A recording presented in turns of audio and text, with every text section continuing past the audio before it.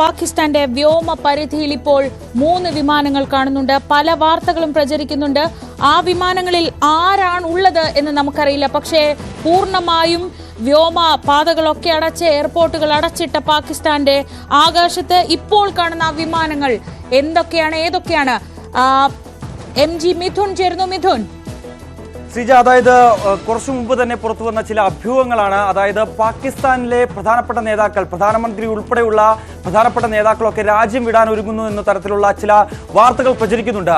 അതിൽ ചേർത്ത് വായിക്കേണ്ട ചില കാര്യങ്ങൾ തന്നെയാണ്. അതായത് വ്യോമപാതയിൽ, പാകിസ്ഥാന്റെ വ്യോമപാതയിൽ ഇപ്പോൾ നിലവിൽ 4 വിമാനങ്ങൾ മാത്രമാണ് ഉള്ളത് എന്നുള്ളതാണ് അതിൽ ഏറ്റവും പ്രധാനപ്പെട്ട കാര്യം. അതിലൊന്ന് ഇപ്പോൾ ഈ പോകുന്ന ABQ-230 എന്ന വിമാനമാണ്. അത് ഇസ്ലാമാബാദിൽ നിന്ന് അബുദാബിയിലേക്ക് അല്പസമയം മുമ്പ് പുറപ്പെടുകയും ചെയ്തു. ആ വിമാനമാണ് ഇത്. മറ്റൊന്ന്, നമ്മൾ ദൃശ്യങ്ങളിലേക്ക് വരാം. മറ്റൊന്ന് രണ്ടാമത്തെ വിമാനം, അതായത് FJ-L743D എന്നുള്ള വിമാനമാണ്. അതായത് ഫ്ലൈ ജിന്നയുടെ എയർലൈനാണ്. അത് കൊറ്റയിൽ നിന്നാണ് ഇത് പറന്നുയർന്നത്. പക്ഷേ ഈ വിമാനം പറന്നുയതിനു ശേഷം ഒരു ഡെസ്റ്റിനേഷൻ ഇതുവരെയും അത് നൽകിയില്ല എന്നുള്ളതാണ് ഏറ്റവും പ്രധാനപ്പെട്ട കാര്യം. കാരണം ഡെസ്റ്റിനേഷൻ മാർക്ക് ചെയ്യാതെയാണ് ഈ വിമാനം കറങ്ങുന്നത്. ആദ്യം ഈ ഭാഗത്ത് നിന്ന്, ഇതാണ് കൊറ്റ, ഈ കൊറ്റ നഗരമാണ് ഇത്തരത്തിൽ ബലൂച്ച് ലിബറേഷൻ ആർമി പിടിച്ചെടുത്തതായിട്ടുള്ള വാർത്തകൾ പ്രചരിക്കുന്നത്.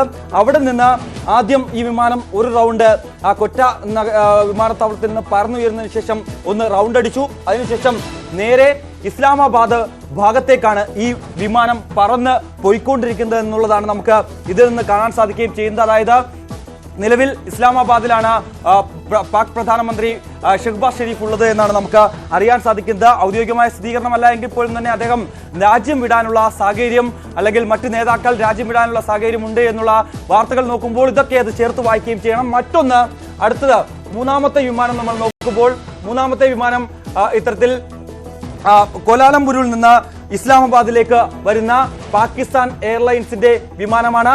അത് PIA-895 എന്ന വിമാനമാണ്. അത് കോലാലംപൂരിൽ നിന്ന് ഇസ്ലാമാബാദിലേക്ക് അല്പസമയം തന്നെ ലാൻഡ് ചെയ്യുകയും ചെയ്യും. അതല്ല, അത് ഒഴികെ മറ്റൊരു വിമാനം കൂടി ഇസ്ലാമാബാദിൽ നിന്ന് പറന്നു ഉയർന്നിട്ടുണ്ട് അല്പസമയത്തിന് മുമ്പ്. ABQ-230 എന്ന വിമാനം, അത് ഇത്തരത്തിൽ ഇസ്ലാമാബാദിൽ നിന്ന് അബുദാബിയിലേക്ക് പോകുന്ന വിമാനമാണ്.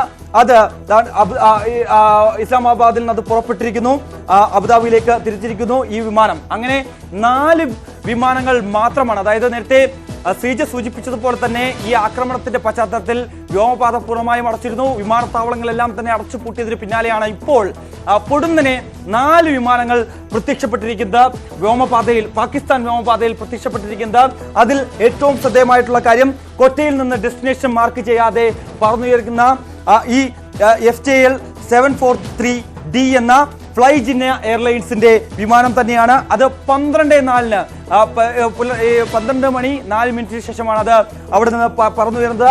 അതിനുശേഷം അവ വലിയ രീതിയിൽ ഒരു റൗണ്ട് അടിച്ചതിന് ശേഷം, കൊറ്റയിൽ തന്നെ ആ നഗരപ്രദേശങ്ങളിൽ ഒരു റൗണ്ട് അടിച്ചതിന് ശേഷം പിന്നീട് ഡെസ്റ്റിനേഷൻ മാർക്ക് ചെയ്യാതെ ഇങ്ങനെ കറങ്ങിക്കൊണ്ടിരിക്കുന്ന സാഹചര്യമാണ് നമുക്ക് കാണാൻ സാധിക്കുന്നത്. അങ്ങനെ 4 വിമാനങ്ങൾ മാത്രമാണ് ഇപ്പോൾ പാകിസ്ഥാന്റെ വ്യോമപാതയിലുള്ളത്.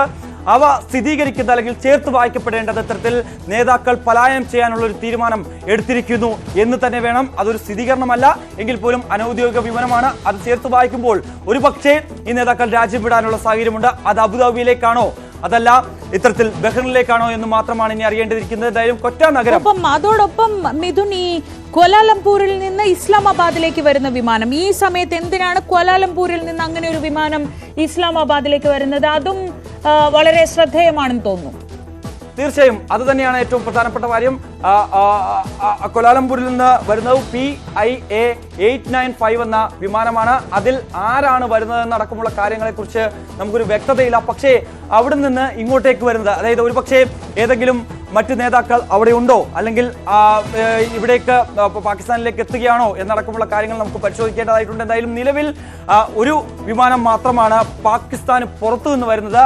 അതും സിംഗപ്പൂരിലെ കോലാലംപൂരിൽ നിന്ന് പുറപ്പെട്ട് ഏകദേശം അല്പസമയത്തിന് മുമ്പ് ഇത് ഇപ്പോൾ ഇസ്ലാമാബാദിൽ ലാൻഡ് ചെയ്യുകയും ചെയ്യും. മറ്റൊന്ന്, കൊറ്റയിൽ നിന്നുള്ളതാണ് ഏറ്റവും ശ്രദ്ധേയമായിട്ടുള്ളത് നമ്മൾ നോക്കേണ്ടത്. ചേർത്ത് വായിക്കപ്പെടേണ്ടത്, ഇത്തരത്തിൽ ബലൂച്ച് ലിബറേഷൻ ആർമി കൊറ്റ നഗരം പിടിച്ചെടുക്കുകയും ചെയ്തു എന്ന് പറയുകയും ചെയ്തു. അതിനുശേഷം അവിടെ നിന്ന് പറന്നുയർന്ന ആ വാർത്തകൾ വന്ന് നിമിഷങ്ങൾക്ക് ഉള്ളിൽ തന്നെയാണ് ഇത്തരത്തിൽ അവിടെ നിന്ന് ഈ FJL 743D എന്ന ഫ്ലൈ ജിന്ന എയർലൈൻസിന്റെ വിമാനം പറന്നുയർന്നത്.